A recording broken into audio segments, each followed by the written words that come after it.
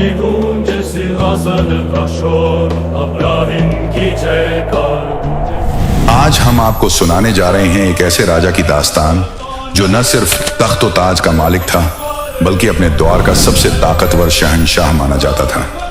यह दास्तान है बल्ख के सुल्तान इब्राहिम इब्न अदहम की। इब्राहिम अदहम सुल्तान, जिनके महल दौलत, शान और शौकत और आलीशान नेमतों से भरे हुए थे, लेकिन उनके दिल को चैन नसीब नहीं था। उनकी जिंदगी में एक ऐसा मोड़ आया जिसने उन्हें फानी दुनिया के मोह से अलग कर दिया और उन्हें तसव्वुफ और इबादत की राह पर डाल दिया। तो आइए सुनते हैं इस अजीम सुल्तान की वो दास्तान जिसने तख्त छोड़कर फकीरी को अपनाया और अपनी जिंदगी को अल्लाह की राह में वक्फ कर दिया। ये सिर्फ एक सुल्तान की कहानी नहीं, बल्कि एक इंसान की रूहानी सफर की मिसाल है। एक ऐसी दास्तान जो हमें अपनी जिंदगी के मकसद को समझने का सबक देती है। आइए मिलते हैं इब्राहिम अदहम सुल्तान से और उनकी पाक जिंदगी के एक नए पहलू को जानने की कोशिश करते हैं।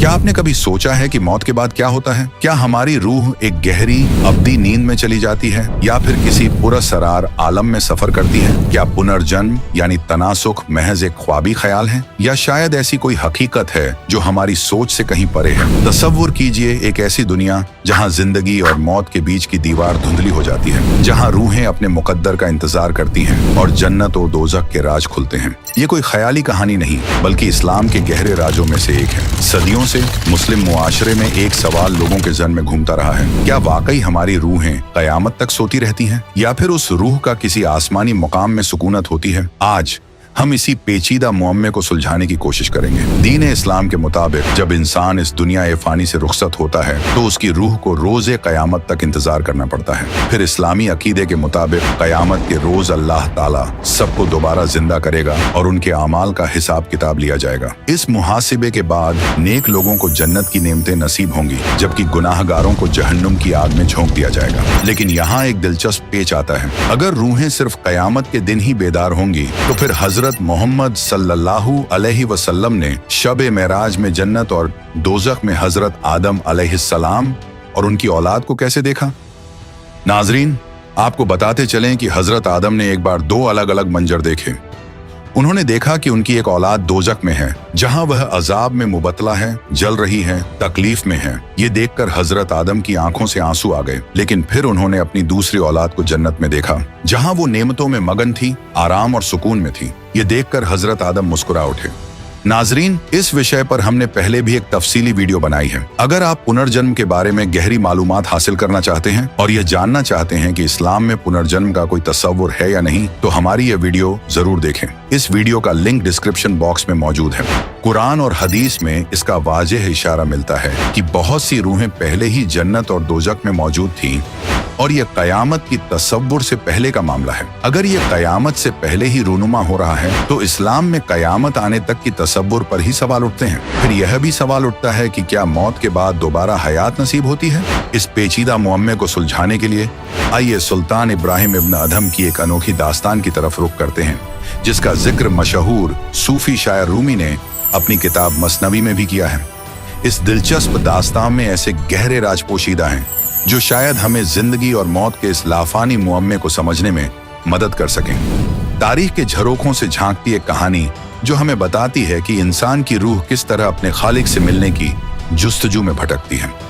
ये दास्तान है इब्राहिम इब्न अदहम की, जिसकी रूह ने कई जन्मों तक कबीर परवरदिगार की पनाह में रहकर आखिरकार नजात पाई। इब्राहिम अदहम सुल्तान, जिसने अपने किसी इंसानी जिंदगी में कबीर अल अजीज की पनाह ली थी, खुदा उनके तमाम जिंदगियों में उनके साथ रहे और हकीकी रूहानी इल्म अता करके आखिरकार उसे काल के फंदे से निजात दिलाई। उस रूह ने सम्मन की जिंदगी में जो अकीदत से इबादत की थी, उसके नतीजे में इंसानी जिंदगियां मिलती आ रही थी, और जो सदका किया था उसके सिला में हुक्मरान बनता रहा। उसका सबसे बड़ा सदका 3 सेर आटा था जो बेटे की कुर्बानी देकर किया था। उसी वजह से वह दौलतमंद बादशाह बनता रहा। कुछ नौ शेर खान की जिंदगी में कबीर परवरदिगार जी ने वजह बना बनाकर सदका करवाया, जिस सबब से भी वह बलख का दौलतमंद बादशाह बना। इब्राहिम इब्न अधम एक मुस्लिम बादशाह जो अपनी दौलत और शान और शौकत में मसरूफ थे, लेकिन एक ऐसा वाकया उनकी जिंदगी में पेश आया जिसने न सिर्फ उनकी पूरी हयात का रुख बदल दिया, बल्कि उन्हें अपने माजी की जिंदगियों की हकीकत से भी आगाह कराया। कबीर सागर अध्याय 16 सुल्तान बोध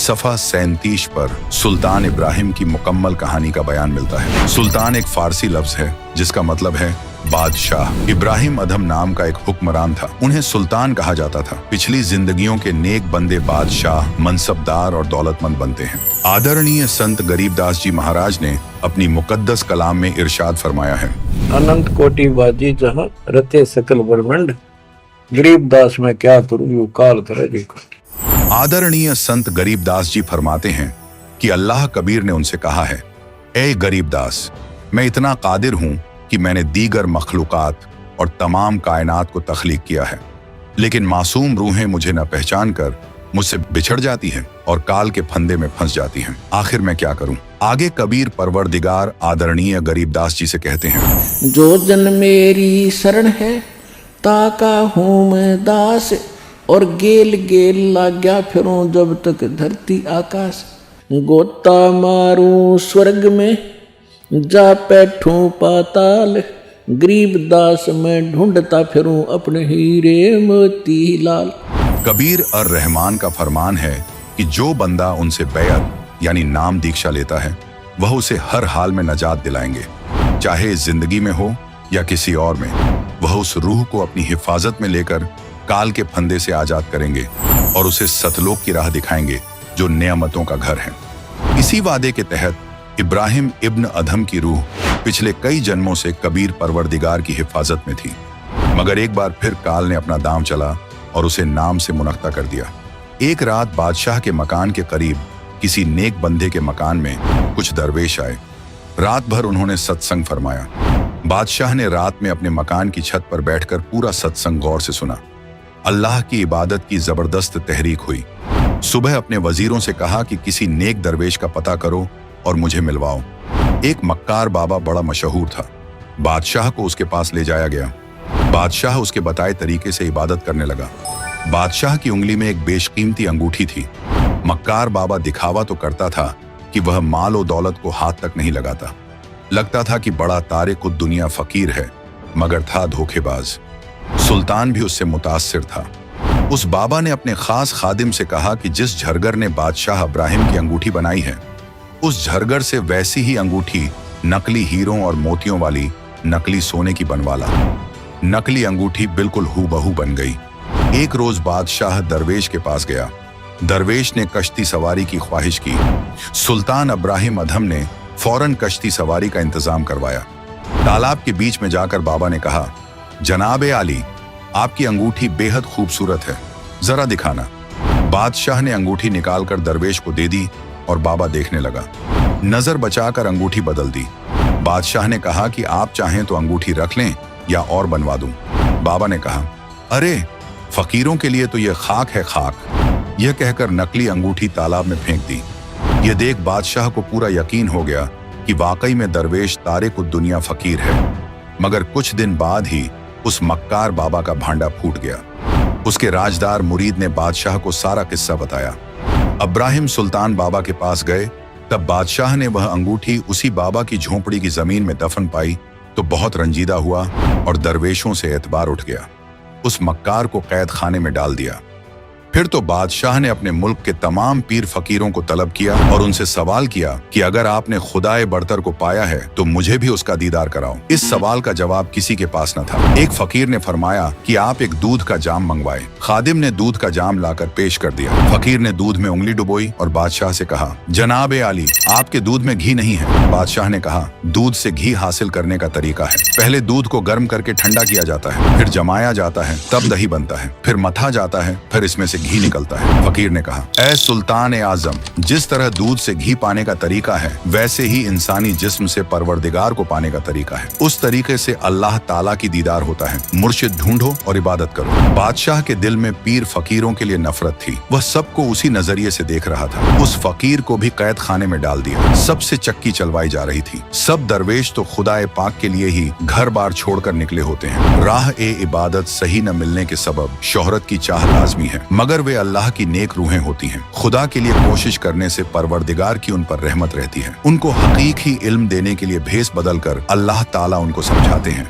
लेकिन काल के फंदे में उलझकर वे अंधे हो जाते हैं और हकीकत को नजरअंदाज कर देते हैं। मगर खुदाए करीम तो सबका बाप है। वह बच्चा जानकर मुआफ कर देता है और उनकी भी मदद फरमाता है। कैद खाने में गमगीन पीर फकीरों की फरियाद सुनकर उनको रिहा कराने के लिए और अपने नेक आबिद अब्राहम सुल्तान को काल के फंदे से निजात दिलाने के लिए कबीर परवरदिगार एक भैंसे पर सवार होकर सुल्तान अधम के दरबार ए आला में तशरीफ लाए। दरवेश के लिबास में परवरदिगार को देखकर इब्राहिम सुल्तान ने पूछा, आप किस मकसद से आए हैं? परवरदिगार ने फरमाया कि आपके सवाल का जवाब देने आया हूँ। इब्राहिम ने सवाल किया कि मुझे बताइए खुदा कैसा है? अगर आप खुदा से मिले हैं तो मुझे भी मिलवाइए। कबीर जी ने भैंसे से कहा कि बता दे भैंसा, अल्लाह कैसा है? कहाँ है? खुदा की कसम सच कहना। भैंसा इंसान की तरह बोला। कहा कि इब्राहिम मेरे ऊपर जो बैठा यही अल्लाहू अकबर है। सुल्तान को भैंसे को बोलते देखकर हैरत हुई और मुतासिर भी हुआ। सोचने लगा कि यह कोई करिश्मा हो सकता है। कबीर परवरदिगार भैंसे समेत वहाँ से गायब हो गए। इब्राहिम को चक्कर आ गया। कबीर परवरदिगार कैद खाने के सामने खड़े हो गए। सिपाहियों को हुक्म था कि कोई भी दरवेश मिले उसे कैद में डाल दो, इसलिए उन्होंने कबीर परवरदिगार को कैद कर दिया। सिपाहियों ने कहा कि चक्की चलाओ। बाकी सब फकीर भी चक्की चलाकर आटा पीस रहे थे और गिड़गिड़ा रहे थे। कबीर परवरदिगार ने सिपाहियों से कहा कि हम कैदी एक काम करेंगे, एक काम सिपाही करेंगे। हम चक्की चलाएंगे तो तुम सिपाही चक्की में गंदुम, गेहूं, चना,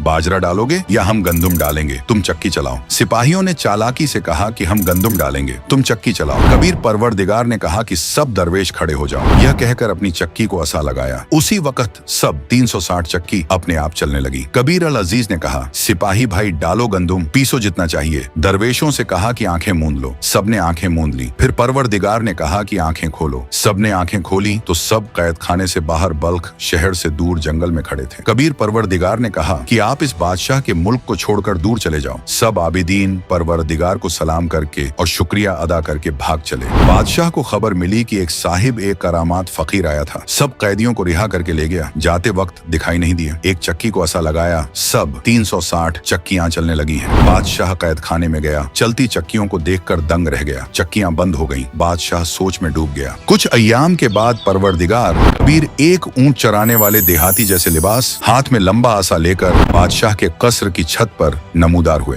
रात का वक्त था। बादशाह सो रहा था। कबीर परवरदिगार ने छत के ऊपर असा को जोर जोर से मारना शुरू किया। सुल्तान इब्राहिम नींद से जागा। मुलाजिमों को डांटा कि यह कौन शोर मचा रहा है, लाओ पकड़कर। मुलाजिम ऊपर गए। एक सारबान को छत पर से पकड़कर सुल्तानी के सामने पेश किया। बादशाह ने पूछा, तू कौन है? मेरे कसर की छत पर क्या कर रहा है? कबीर अल अजीज ने फरमाया कि मैं सारबान कारवाम हूँ। मेरा एक ऊंट गुम हो गया है, उसको छत पर ढूंढ रहा हूँ। सुल्तान अधम ने कहा कि ए मासूम बंदे, छत के ऊपर ऊंट कैसे चढ़ सकता है? ये तो कभी हुआ ना होगा। कहीं जंगल में ऊंट को ढूंढ। परवरदिगार कबीर ने कहा कि ए इब्राहिम, जैसे ऊंट छत के ऊपर नहीं हो सकता, न छत के ऊपर कभी मिलता है, ऊंट को जंगल में ढूंढना पड़ता है। इसी तरह अल्लाह ताला तख्त शाही पर बैठकर ऐश और आराम मौज मस्ती करने से नहीं, वह दरवेशों में मिलता है। इतना कहकर कबीर परवरदिगार गायब हो गए। सुल्तान अधम बेहोश होकर जमीन पर गिर पड़ा। हुजरा और बेगमात ने एक अमिल झाड़ फूंक करने वाला बुलाया। उसने बादशाह के एक हाथ पर तावीज बांध दिया और कहा कि इन पर जिन्न भूत का साया है, ठीक हो जाएगा। बादशाह का दिल मुल्क के इंतजाम में नहीं लग रहा था, मलूल रहने लगा। कुछ अरसे बाद बादशाह मामूली हो गया और दोबारा ऐश और आराम में मसरूफ हो गया। खुदाए कबीर अपने खूबियों के मुताबिक फिर एक तमाशा दिखाने तशरीफ लाए। एक मुसाफिर का भेस बनाकर बगल में कपड़ों की पोटली दबाए देहाती लिबास में शाम के वक्त सुल्तान के कसर ए आला में पहुंचे। सुल्तान मकान के दरवाजे पर सहन में कुर्सी पर बैठा था। बादशाह ने पूछा कि आप यहाँ किस मकसद से आए हैं? खुदाए कबीर ने फरमाया कि मैं एक राहगीर हूँ, रात को आपकी सराय में ठहरना चाहता हूँ। एक रात का किराया बताइए कितना होगा? सुल्तान इब्राहिम अधम मुस्कुराया और बोला कि ऐ सात दिल मुसाफिर, ये कोई सराय नहीं है, ये तो मेरा कसर शाही है। मैं इस शहर का हुक्मरान हूँ। कबीर और रहमान ने सवाल किया कि आपसे पहले इस कसर में कौन रहता था? सुल्तान इब्राहिम अधम ने जवाब दिया कि मेरे आबा व अजदाद यहाँ मुकीम थे। फिर कबीर अल्लाह ने पूछा, वे कहाँ हैं? मैं उन्हें देखना चाहता हूँ। सुल्तान ने जवाब दिया, वे तो अल्लाह को प्यारे हो गए। खुदा ने पूछा कि आप कितने दिन इस कसर में रहेंगे? जवाब की बजाय सुल्तान ने गहरी सोच में डूबकर कहा कि मुझे भी एक दिन रुखसत होना है। कबीर परवरदिगार ने फरमाया कि ए गाफिल इंसान, ये सराय नहीं तो और क्या है? अरे तेरे बाप दादा पड़ पीढ़ी ये बसे सरा में गीधी, ऐसे ही तू चल जाई यो हम महल सराय बताई। सुल्तान बेहोश हो गया। कुछ अय्याम बाद बादशाह फिर अपनी पुरानी रवायत पर लौट आया। रोज के वक्त सुल्तान इब्राहिम अपने नौलखा बाग में आराम फरमाया करता था। उसके बिस्तर को एक कनीज आरास्ता करती थी। चारों तरफ गुलदस्ते सजाती थी। कनीजों का लिबास मलिकाओं से अलग होता था। तमाम कनीजों का लिबास एक जैसा होता था। रहीम और करीम कबीर ने उस अपनी अजीज रूह के जिस्म को काल के फंदे से निजात दिलाने के लिए क्या क्या तदबीरें की। एक रोज खुदाए कबीर ने एक कनीज का भेस बनाया। बाग में सुल्तान का बिस्तर एक खास आरास्ता किया। फूलों के गुलदस्ते निहायत खूबसूरत अंदाज में सजाए और खुद उस पलंग पर लेट गए। सुल्तान इब्राहिम आया तो देखा एक कनीज मेरे शाही पलंग पर सो रही है। इसे मेरा जरा सा भी खौफ नहीं है। बादशाह ने उसी लम्हे कोड़ा उठाकर लेटे हुए खुदा कबीर की कमर पर 3 बार मारा। 3 निशान कमर पर नुमाया हो गए। चाम उधड़ गया। कनीज के भेस में खुदा ने पलंग से उतरकर एक बार गिरिया का इजहार किया और फिर जोर जोर से हंसने लगी। इतनी तकलीफ के बावजूद कनीज को हंसते देखकर इब्राहिम हैरत में पड़ गया। वह सोच रहा था कि कनीज को तो बेहोश हो जाना चाहिए था या जान से जाना चाहिए था। सुल्तान ने कनीज के भेस में खुदा का हाथ थामा और पूछा कि ऐ कनीज, इतना क्यों हंस रही है? खुदा कबीर ने फरमाया कि मैंने इस बिस्तर पर एक घड़ी आराम किया। एक घड़ी के सुकून का बदला मुझे 3 कोड़े मिले। मेरे जिस्म का चाम भी उधड़ गया। मैं इसलिए हंस रही हूँ कि जो इस नापाक सेज पर शबो रोज सोता है उसका क्या हश्र होगा। मुझे तेरे हाल पर रहम आ रहा है ऐ गाफिल इंसान। कहे खवास सुनो अब्राहिम, कैसा खिलवत खाना, एक घड़ी से जा पर पोटे तन का चाम उड़ाना। जो सोवत जो सो रहता उनका के हाल गुजारता। इतना कहते अंतर्ध्यान हो गया। ये मंजर देखकर सुल्तान अधम बेहोश हो गया। जब होश आया तो हैरत में पड़ गया कि ये क्या हो रहा है, मेरी समझ से परे है। कुछ अरसे बाद वुज़रा और बेगमात ने मशवरा दिया कि बादशाह को शिकार पर ले जाओ, कई दिनों तक जंगल में रहो, इनके दिल की परेशानी कम हो जाएगी। ऐसा ही किया गया। पहले ही दिन जोहर तक कोई शिकार नजर न आया। सुल्तान को यह सब नागवार गुजरा। जंगल में तो हिरणों के गल्ले फिरते हैं। आज एक हिरण भी नजर नहीं आया। नागहां एक हिरण दिखाई दिया। बादशाह ने कहा कि यह हिरण किसी सूरत में बचकर नहीं जाना चाहिए। जिसके करीब से जिंदा गुजर गया उसकी खैर नहीं। इतना कहते ही हिरण सुल्तान के घोड़े के नीचे से निकलकर जंगल की तरफ भाग निकला। बादशाह ने शर्मिंदगी के मारे घोड़ा पीछे पीछे दौड़ाया। दूर जाकर हिरण जंगल में गायब हो गया। सुल्तान और घोड़े को शदीद प्यास लग गई। जान पर बन आई। अल्लाह से पानी की दुआ की। वापस अपने खैमे की तरफ चल पड़ा, मगर खैमा 1 घंटे की मसाफत पर था। वहां तक जिंदा पहुंचना मुश्किल था। कुछ दूर चलकर इधर उधर नजर दौड़ाई तो एक जिंदा फकीर बैठा नजर आया। करीब में साफ पानी का एक छोटा तालाब था। उसके चारों तरफ फलदार दरख्त थे। शीरीं फल लगे थे। सुल्तान को जिंदगी की उम्मीद की दिखाई दी। पानी पिया, कुछ फल खाए, घोड़े को भी पानी पिलाया और शजर से बांध दिया। जिंदा बाबा की तरफ देखा तो उनके पास 3 खूबसूरत कुत्ते बंधे थे और एक कुत्ता बांधने की जंजीर साथ में रखी थी। सुल्तान ने फकीर को अदब से अस्सलाम वालेकुम कहा, गोया कि वो एक गुलिस्तान में दाखिल हो रहा हो। फकीर ने भी जवाब में एक रूहानी लहजा में वालेकुम सलाम कहा। बादशाह ने कहा, ए फकीर, तुम इन 3 कुत्तों का क्या करेंगे? इनमें से 2 मुझे इनायत फरमा दीजिए। फकीर ने जवाब दिया, ये कुत्ते मैं किसी को नहीं दे सकता। ये तीनों शाही कुत्ते हैं। इन्हें मैंने सबको सिखाना है। ये तीनों बल्ख शहर के शहंशाह रहे हैं। सुल्तानी को बात कुछ हजम नहीं हुई। फकीर ने फिर कहा, मैं इन्हें नसीहत करता था कि तुम अल्लाह को याद किया करो। इस फानी दुनिया में हमेशा नहीं रहोगे। मरने के बाद कुत्ते की जिंदगी पाओगे। अब तुम शाही खाने, बिरयानी, कबाब, जर्दा और मेवे खा रहे हो। ये तुम्हारे पिछली जिंदगी के नेक आमाल और इबादत का नतीजा है। अगर इस इंसानी जिंदगी में इबादत नहीं करोगे तो कुत्ते जैसे जानवरों की जिंदगी में तकलीफ उठाओगे। खाने को ये लजीज खाना नहीं मिलेगा। झूठे टुकड़े खाया करोगे, गंदगी खाओगे, नाली का मैला पानी पियोगे। फकीर ने अपनी बात जारी रखी। जब ये बादशाह थे तब इन्होंने मेरी बातों पर जरा भी तवज्जो नहीं दी। ये सोचते थे कि यह फकीर बेवकूफ है, सल्तनत को कौन संभालेगा, बेगमों का क्या होगा। अब ये तीनों कुत्ते बन गए हैं। देखो, मैंने काजू बादाम किशमिश से बना हुआ हलवा खीर इनके सामने रखा है, इन्हें खाने नहीं देता हूं। जब ये खाने की कोशिश करते हैं तो मैं इन्हें सजा देता हूं। यह कहकर कबीर परवरदिगार ने जो एक लोहे की बेल रखी थी उसे उठाकर कुत्तों को मारना शुरू किया। कुत्ते चीख पुकार मचाने लगे। परवरदिगार बोले, खाओ ना हलवा, खिलाऊं तुम्हें, बासी सूखे टुकड़े डालूंगा। ए घुड़सवार भाई, फकीर ने कहा, ये जो खाली बेल रखी है ये बताऊं किस लिए है। जो बल्ख शहर का बादशाह सुल्तान इब्राहिम इब्न अधम है वह भी दुनिया और सल्तनत की चकाचौंध में अंधा होकर अल्लाह को भूल गया है। अब उसे याद नहीं कि मरकर कुत्ता भी बन सकता है। उसे बहुत बार नसीहत दी कि इबादत कर ले, इस कसर ए सराय में हमेशा नहीं रहेगा, लेकिन उसे खुदा का कोई खौफ नहीं है। वह तो खुद को खुदा समझकर मासूम फकीरों को सजा दे रहा है। मैं तो यहां दूर बैठा हूं, इसलिए बचा हूं। वह बादशाह मरेगा, इबादत के बिना कुत्ता बनेगा, उसे लाकर इस जंजीर से बांधूंगा। जिंदा फकीर के मुंह से ये अल्फाज सुनकर और कुत्तों की शक्ल में अपने आबा वजदाद की बदहाली देखकर इब्राहिम कांपने लगा और बोला, ए फकीर, बल्ख शहर का बादशाह मैं ही हूं, मुझे माफ कर दीजिए। यह कहकर फकीर के कदमों में गिर गया। कुछ देर बाद जब वह उठा तो देखा वहां न तो जिंदा फकीर था, न तालाब, न बाघ था, न कुत्ते थे। सुल्तान इसे ख्वाब भी नहीं मान सकता था, क्योंकि घोड़े के पांव अभी भी गीले थे। कुछ फल तोड़कर रखे थे, वे भी मौजूद थे। सुल्तान को समझते देर नहीं लगी। घोड़े पर सवार हुआ और पड़ाव पर आया। मुंह से कुछ न बोल पाया। हाथ से इशारा किया कि सामान बांधो और लौट चलो शहर को। कुछ ही लम्हों में काफिला बल्ख शहर की ओर रवाना हो गया।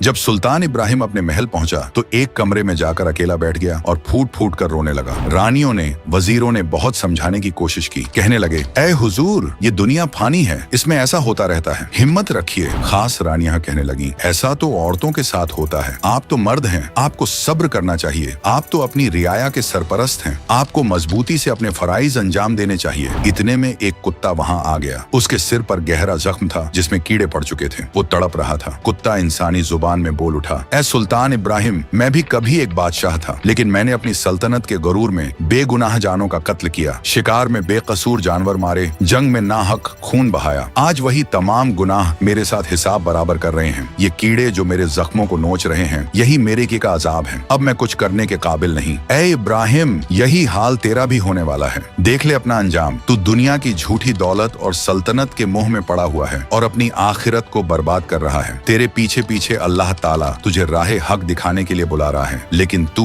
अब तक गफलत में है। यह लीला भी खुद खुदा ए कबीर जी ने की थी। यह अंतिम झटका था सुल्तान इब्राहिम को दलदल से निकालने का। उसी रात्रि में सुल्तान इब्राहिम ने अपने मुख पर काली स्याही लेपकर एक अल्फी के स्थान पर एक शॉल लपेटा, फिर कमरे में कमद बांधकर पीछे के रास्ते से उतरकर चल पड़ा। वो पूरी रात अल्लाह की याद में चलता रहा। तकरीबन 20 किलोमीटर का सफर तय किया तो उसे शदीद भूख लगी। उसने आगे एक मालन को देखा जो बेर बेच रही थी। वह मालन खुद खुदा ए कबीर जी ही थे, जो एक मालन का भेस बनाकर रास्ते में बाग के बाहर बेर बेच रहे थे।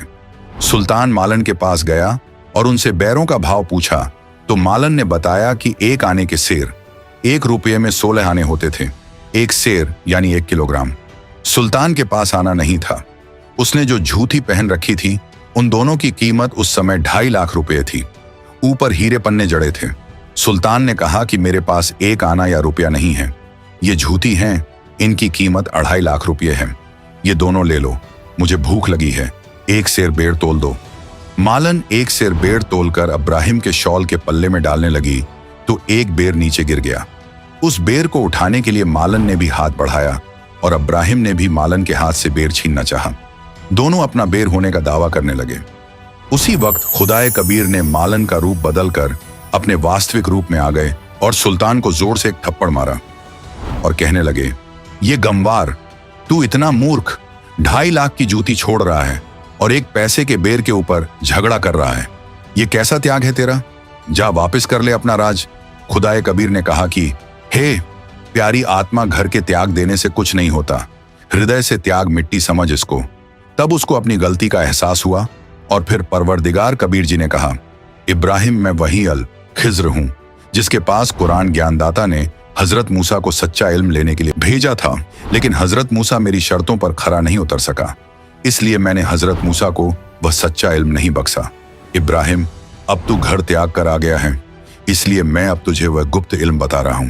नाजरीन गौर फरमाइएगा, चूंकि सुल्तान इब्राहिम मुस्लिम था, वो इस बात से बिल्कुल वाकिफ था कि पाक कुरान शरीफ में इस वाक़े का साफ तौर पर जिक्र मिलता है। सूरतुल कहफ 18 आयत नंबर 60 से 68 में इसी तरह का एक किस्सा बयान किया गया है, जहां हजरत मूसा अलैहिस्सलाम की मुलाकात हजरत अल खिज्र अलैहिस्सलाम से होती है। ये पूरा मंजर देखकर सुल्तान इब्राहिम खुदाए कबीर के कदमों में गिर पड़ा और रोते हुए कहने लगा, ऐ परवरदिगार, तूने मुझ पर बड़ी रहमत फरमाई, मैं तो जहन्नम का हकदार बन चुका था, मगर तूने मुझे बचा लिया। खुदाए कबीर ने फरमाया, बेटा मुझे पहले से मालूम था कि तेरी सबसे बड़ी दुश्मन ये सल्तनत, ये रियासत और ये शान और शौकत है, जिसे तू अपनी सबसे बड़ी ताकत समझ रहा था। अब तू इस गुमान से आजाद हो चुका है, इसलिए मैं तेरे साथ हूँ। तुझे जिस चीज की जरूरत पड़े मुझे याद करना, तू मुझे अपने करीब ही पाएगा। इतना कहकर खुदाए कबीर गायब हो गए। उस रात सुल्तान ने बड़ी मुश्किल से वक्त गुजारा। सुबह हुई, भूख शदीद लग रही थी। उसने दिल से खुदाए कबीर को पुकारा, या अल्लाह भूख बहुत लगी है। तभी अचानक आसमान से एक थाली आई जो एक सफेद कपड़े से ढकी हुई थी। वो थाली आकर सुल्तान के सामने ठहर गई। जब उसने कपड़ा हटाया तो देखा कि उसमें काजू, किशमिश, सेब, संतरे, हलवा, खीर, पूरी, कचौड़ी और न जाने कितनी नेमतें रखी हुई थी। मगर ये देखकर सुल्तान इब्राहिम का दिल कांप गया। उसने फौरन थाली को फिर से कपड़े से ढक दिया, मुंह फेर लिया और कहने लगा, ऐ अल्लाह, तूने मुझे इन नेमतों के जाल से निकाला था, फिर क्यों भेज दिया? बस मुझे एक सूखी रोटी दे दे। ये सब देखकर अल्लाह ताला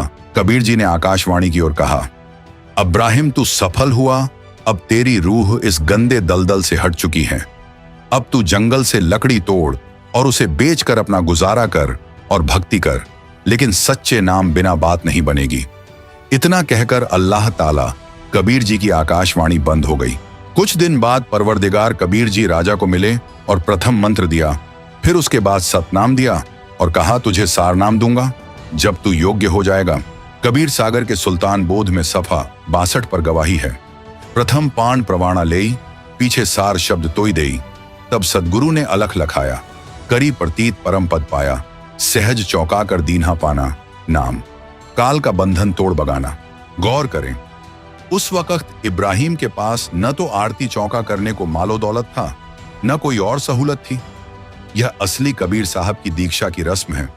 जिस आरती चौका में लाखों या हजारों का सामान, नारियल वगैरह का कोई इंतजाम नहीं है, वह तो बाद में कोई पाठ कराना चाहे तो कराए, वरना दीक्षा की रस्म सिर्फ मंत्रित पानी और मीठी चीजों, मिश्री, शक्कर, गुड़ से की जा सकती है। सतनाम और सार शब्द में पान, पीने की चीज नहीं दिया जाता, बस दीक्षा मंत्र बताए समझाए जाते हैं। संत गरीबदास जी देहात छुड़ानी, झिला झज्जर, हरियाणा को कबीर परवरदिगार मिले थे। उन्हें रूहानी नजर अता की थी। उसी के मुतालिक आदरणीय संत गरीबदास जी ने इरशाद फरमाया है, हम सुल्तानी नानक तारे दादू को उपदेश दिया, जात जुलाहा भेद न पाया, वो का सीमा है कबीर हुआ। अनंत कोट ब्रह्मांड का एक रति नहीं भारे, सतगुरु पुरुष कबीर हैं ये कुल के सिरजनहारे। कुछ अर्श बाद एक दिन राजा गांव से गुजर रहा था। रास्ते में वर्षा होने लगी, शीतल वायु बहने लगी। अब्राहिम ने एक झोंपड़ी देखी जो एक किसान की थी। उसके पास 2 बीघा जमीन बिना सिंचाई की थी, एक बूढ़ी गाय जो 4-5 बार प्रसव कर चुकी थी, एक काणी स्त्री थी। शीतल वायु के कारण उत्पन्न ठंड से बचने के लिए अब्राहिम अधम सुल्तान उस झोंपड़ी के पीछे लेट गया। रात्रि में दोनों पति पत्नी बातें कर रहे थे कि वर्षा अच्छी हो गई है, गाय का चारा पर्याप्त हो जाएगा, अपने खाने के लिए भी अच्छी फसल पकेगी, अपने ऐसे ठाठ हो जाएंगे, ऐसे तो बलख बुखारे के बादशाह के भी नहीं हैं। सुल्तान अब्राहिम अधम ये सब वार्ता सुनकर उनकी बुद्धि पर पत्थर गिरे जानकर उनको भविष्य के दुखों से अवगत कराने के उद्देश्य से सूर्योदय तक वहीं पर ठहरा रहा। सुबह उठकर उनकी झोंपड़ी के द्वार पर खड़ा होकर सलाम किया। दोनों पति पत्नी झोंपड़ी से बाहर आए। अब्राहिम उनको भक्ति करने तथा माया से मुख मोड़ने का ज्ञान देने लगा। कहा कि आपके पास तो एक गाय है, एक स्त्री है, 2 बीघा जमीन है, आप इसी से चिपके बैठे हो, इसे बलख के बादशाह से भी अधिक ठाठ मान रहे हो। ये तो कुछ दिनों का मेला है, तुमको गुरुजी से उपदेश दिला देता हूं, तुम्हारा जीवन धन्य हो जाएगा। मैं ही बलख शहर वाला सुल्तान इब्राहिम अधम हूँ। मैं उस राज्य को छोड़कर परमात्मा की प्राप्ति के लिए चला हूँ।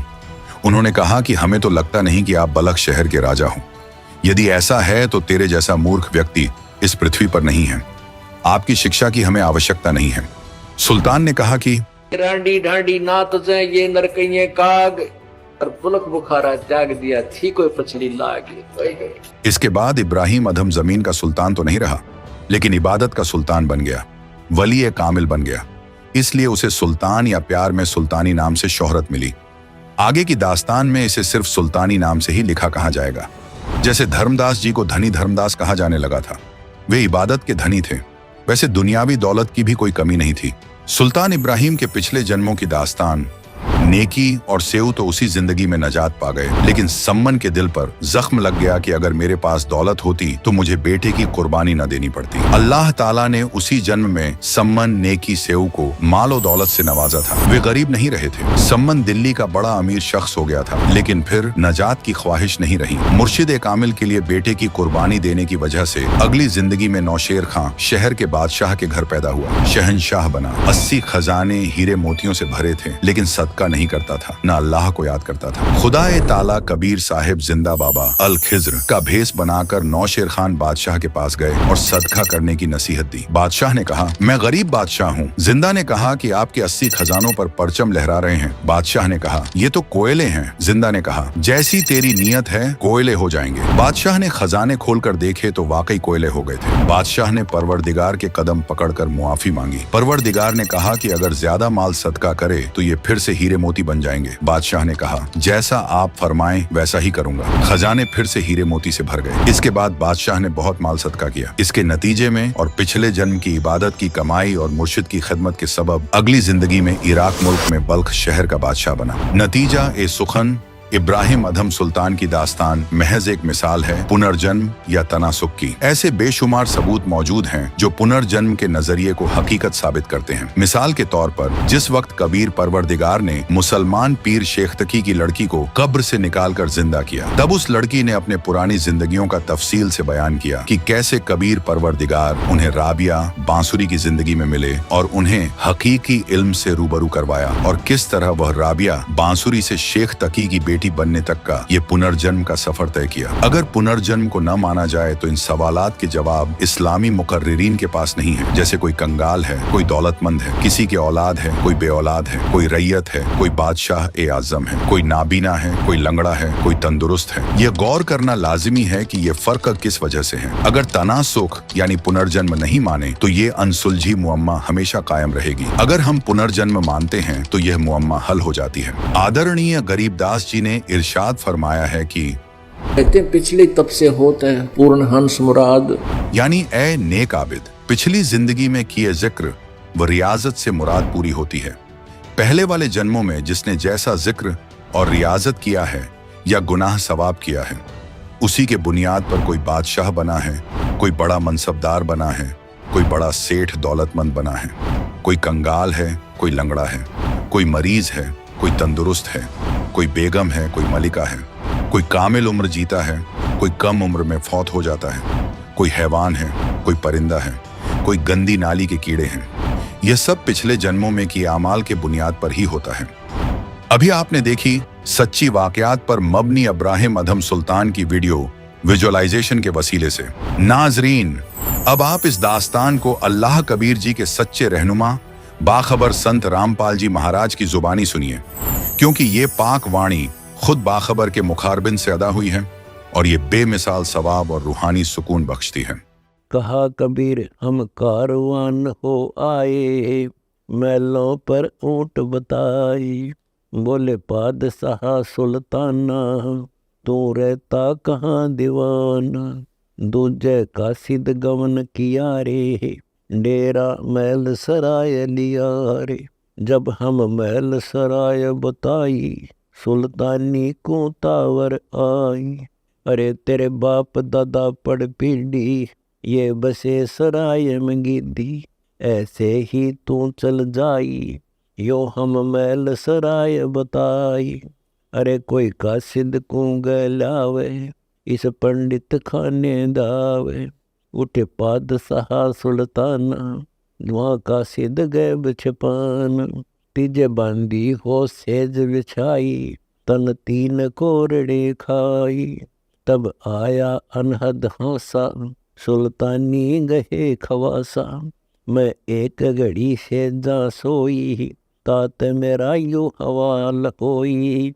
जो सोव दिवस अरुराता, तिनका क्या हाल विधाता। तब गैबी बहे खवासा, सुल्तानी हुए उदासा। यो कौन छलावा भाई, या का कुछ भेद न पाई। चौथे योगी बहे अमजिंदा, लिन तीन कुते गल फंदा। दीनी हम साकल डारी, सुल्तानी चले बगबाड़ी। बोले पात सहा सुल्ताना, कहाँ से आए जिंद दीवाना।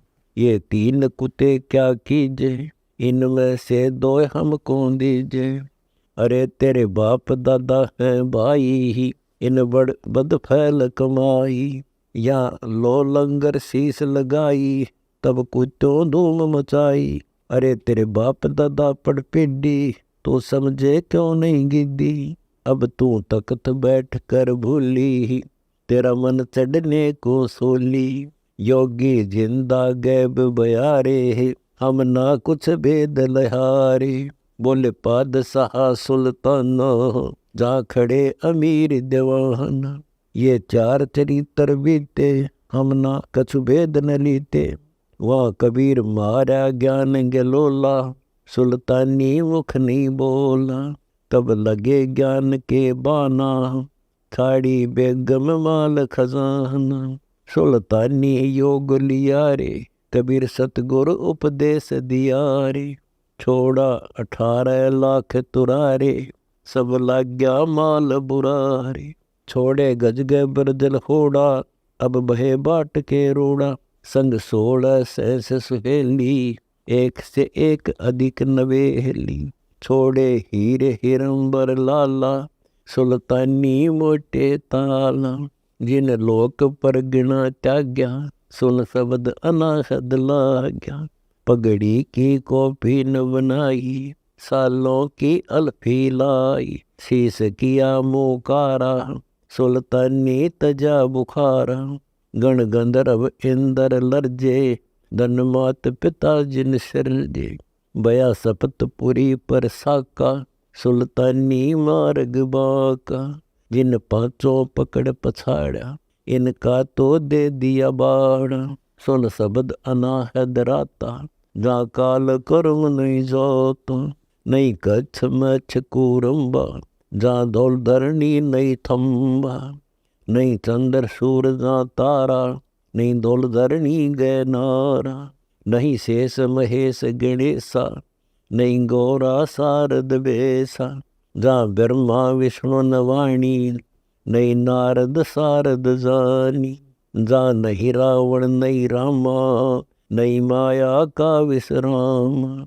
जा परशुराम नहीं परचा, नहीं बलि बावन की चर्चा। नहीं कंस कन्ह करतारा, नहीं गोपी ग्वाल पसारा। यो आवन जान बखेड़ा, या कौन बसावे खेड़ा। जा 9 10वां नहीं भाई, दूजे कूठा हरनाही। जा नहीं आचार विचारा, नहीं कोई सालग पूजन हारा। वेद कुरान पंडित काजी, जा काल कर्म नहीं बाजी। नहीं हिंदू मुसलमाना, कुछ राम न दुआ सलाम। जा पाती पान न पूजा, कोई देव नहीं है दूजा। जा देवल धाम न देही, चिन्हो क्यों न शब्द स्नेही। नहीं पिंड प्राण जा श्वासा, नहीं मेर सुमेर कैलासा। नहीं सतयुग द्वापर त्रेता, कहूँ कलयुग कारण केता। यो तो अंजन ज्ञान सफारे, देखो दीदार नफारे। नी बीज सत निरंजन लोई, जल थल में रमता सोई। है निर्भय निर्गुण बीना, सोई शब्द अतीतम चीना। अडोल अबोल अनाथा, नहीं देखा आवत जाता। है अगम अनाहद सिंधा, योगी निर्गुण निर्बंधा। कुछ वार पार नहीं था हम, सतगुर सब साहन पति साहम। उल्टा पंथ खोज है मीना, सतगुरु कबीर भेद कह दीना। यो सिंधु अथा अनुपम, कुछ ना छाया ना धूप। जहाँ गगन ध्वनि दरवानी, जहाँ बाजे सत सैदानी। सुल्तान अदम जहाँ राता, तहाँ नहीं पांच तत्त का गाता। जहाँ निर्गुण नूर दिवाला, कुछ ने घर है खाला। शीस चढ़ाए पग धरिया, यो सुल्तानी सौदा करिया। सतगुरु जिंदा योग दिया रे, सुल्तानी अपना किया हरे। कह दास गरीब पूर्ण पीरा, सतगुरु मिले कबीरा। नाजरीन, देखा आपने इब्राहिम अदहम सुल्तान ने किस तरह अपना राजपाट त्याग दिया और भगवान के रास्ते पर चल पड़े। उनको सतलोक नसीब हुआ, उन्हें खुदा मिल गए। उस समय कबीर परवरदिगार इब्राहिम अदहम को मिले थे और राजा को सच्ची इबादत देकर उसका जीवन सफल कर दिया। इसी तरह आज के दौर में बाखबर संत रामपाल जी महाराज अल्लाह के सच्चे रहनुमा हैं और आज के दौर में बाखबर संत रामपाल जी महाराज सभी को सच्ची इबादत दे रहे हैं। जो शख्स नियमों के मुताबिक चलकर सच्ची इबादत करता है, उसका जीवन सफल हो रहा है और उसे परम सुकून हासिल हो रहा है। नाजरीन, आइए अब आपको सुनाते हैं बाखबर संत रामपाल जी महाराज जी के एक ऐसे मुस्लिम शिष्य की दास्तान, जिन्होंने अपनी जिंदगी में हर मुमकिन इबादत की, पीर फकीरों की शरण ली, नमाज पढ़ी, तमाम रिवायतों को अपनाया, लेकिन फिर भी उनका दिल बेचैन रहा और जिंदगी में कुछ सुकून नहीं मिला। नशे की लत ने उनकी हालत और बदतर कर दी। मगर जब उन्होंने संत रामपाल जी महाराज जी की शरण ग्रहण की तो उनकी तकदीर ही बदल गई। उन्होंने न सिर्फ नशा छोड़ा बल्कि असली इबादत को समझकर अपनी जिंदगी में सच्ची खुशी पाई। आइए उन्हीं की जुबानी सुनते हैं उनकी यह प्रेरणादायक कहानी। नमस्कार सर। नमस्कार सर जी। सर क्या नाम है आपका? मोहम्मद सिराज खान। मोहम्मद सिराज खान जी, आप कहाँ से हैं? जिला गया बिहार से हूँ जी।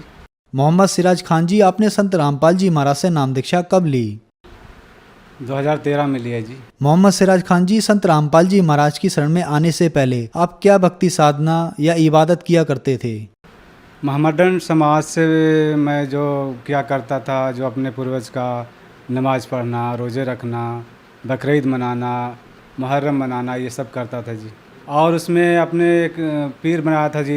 इससे पहले संत रामपाल जी महाराज से पहले मैं 2 पीर बनाया जी। अपने मुसलमान धर्म में पिछली भक्ति साधना सब किया करता था जी। तो फिर क्या कारण बना कि आप संत रामपाल जी महाराज की शरण में आए? जी सर जी, कारण यह बना कि जिस पीर से हम जुड़े हुए थे जी, जिनके शरण में थे, वो कुछ ऐसा हमारे साथ ऐसा कुछ लगा कि ये गलत है। तो फिर एक संत रामपाल जी महाराज के शिष्य थे, तो उनसे कुछ वार्तालाप होती थी जी।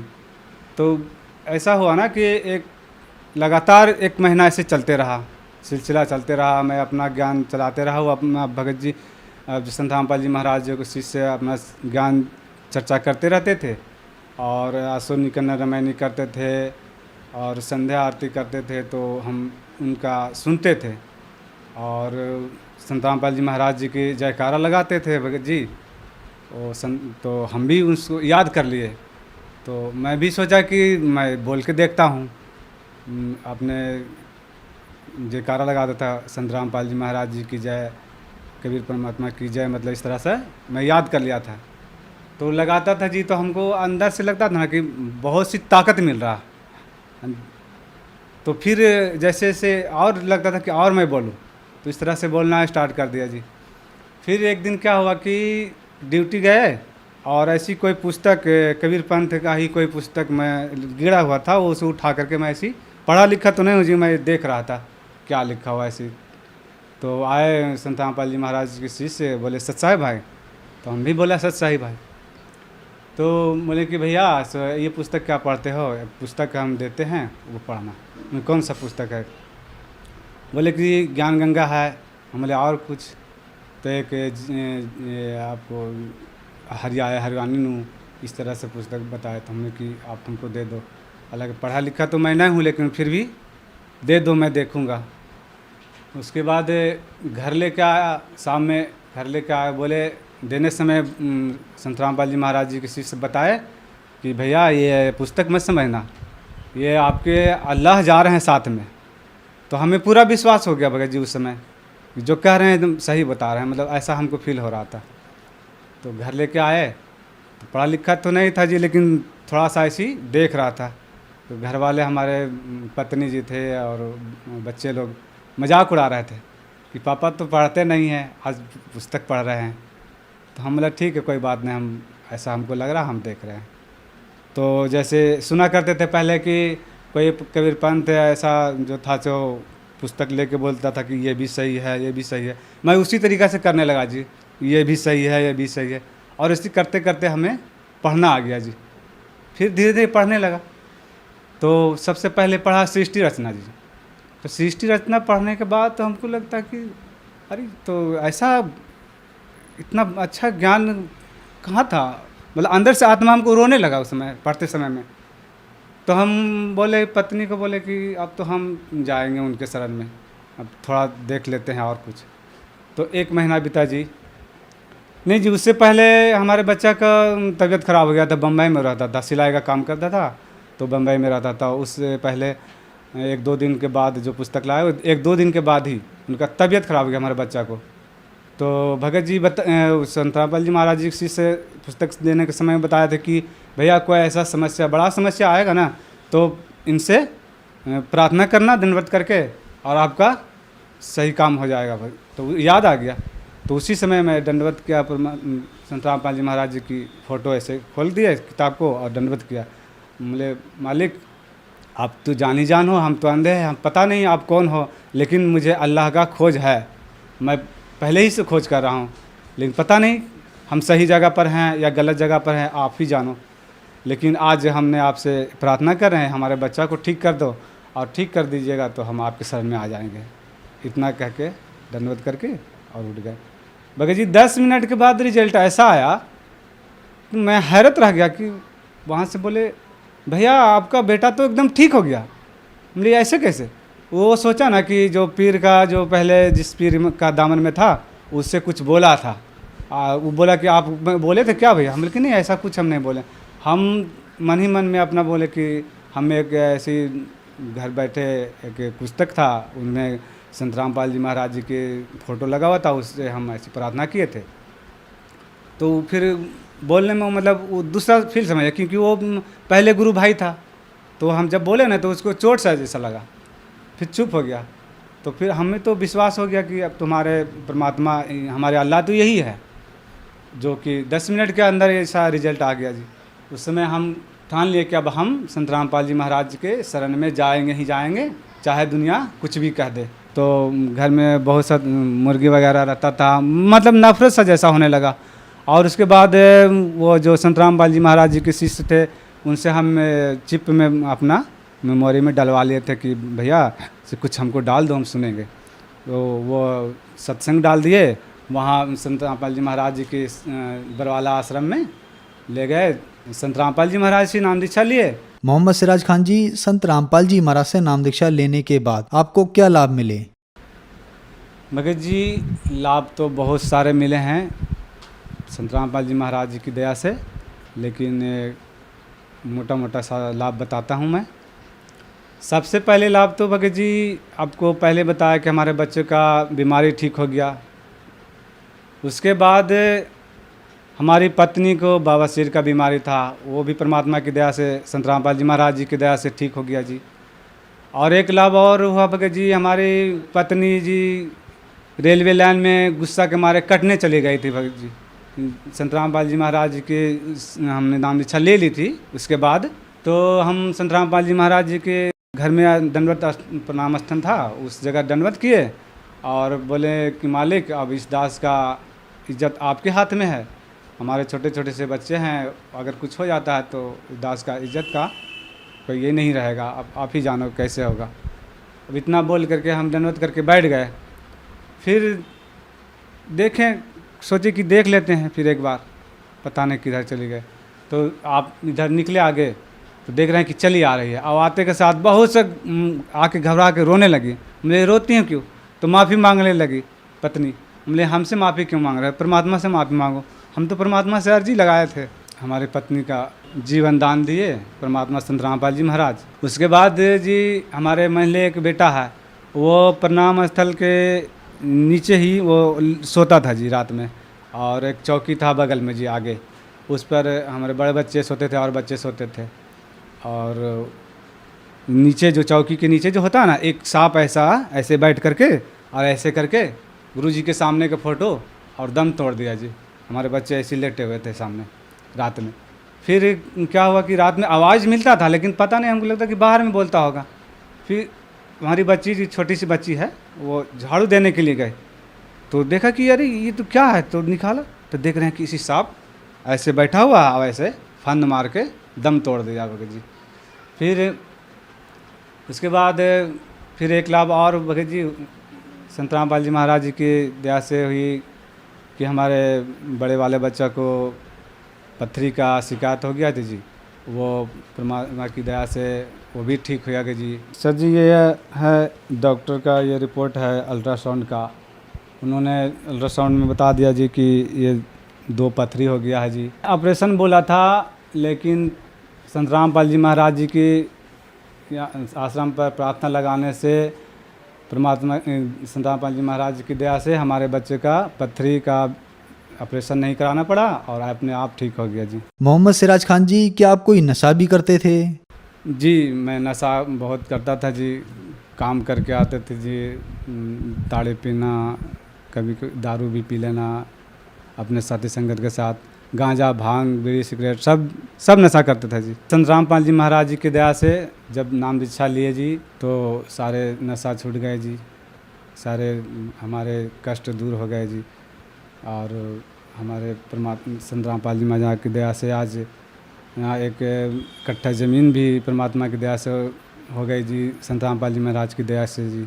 मोहम्मद सिराज खान जी, आपने संत रामपाल जी महाराज से नाम दीक्षा ली और आप मुस्लिम समाज से हैं, तो क्या संत रामपाल जी महाराज से नाम दीक्षा लेने के बाद आप हिंदू बन गए?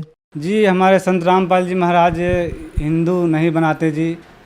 हमारे संत रामपाल जी महाराज जो धर्म में है, मुस्लिम है तो मुस्लिम रहो जी, लेकिन अपने ग्रंथों को देखो और ग्रंथ में जो भक्ति विधि है वो करो, ये हमारे संत रामपाल जी महाराज बताते हैं। हिंदू धर्म का ग्रंथ है तो हिंदू को बताते हैं कि अपने ग्रंथों से तुलना कर लो, ग्रंथ क्या बताती है वो भक्ति करो। हमारे संत रामपाल जी महाराज जी यही बताते हैं जी। संत रामपाल जी महाराज से नाम दीक्षा कैसे ले सकते हैं? जी संत रामपाल जी महाराज जी की दीक्षा लेने के लिए हम एक चैनल टीवी पर आते हैं, उनका प्रोग्राम आते हैं, उसमें पीली पट्टी पर नंबर चलते हैं, उसे पीली पट्टी पर नंबर लेकर के अपना किसी नज़दीक सेंटर से संपर्क करें और अपना नाम दीक्षा ले, जीवन कल्याण कराएं। धन्यवाद सर। धन्यवाद जी।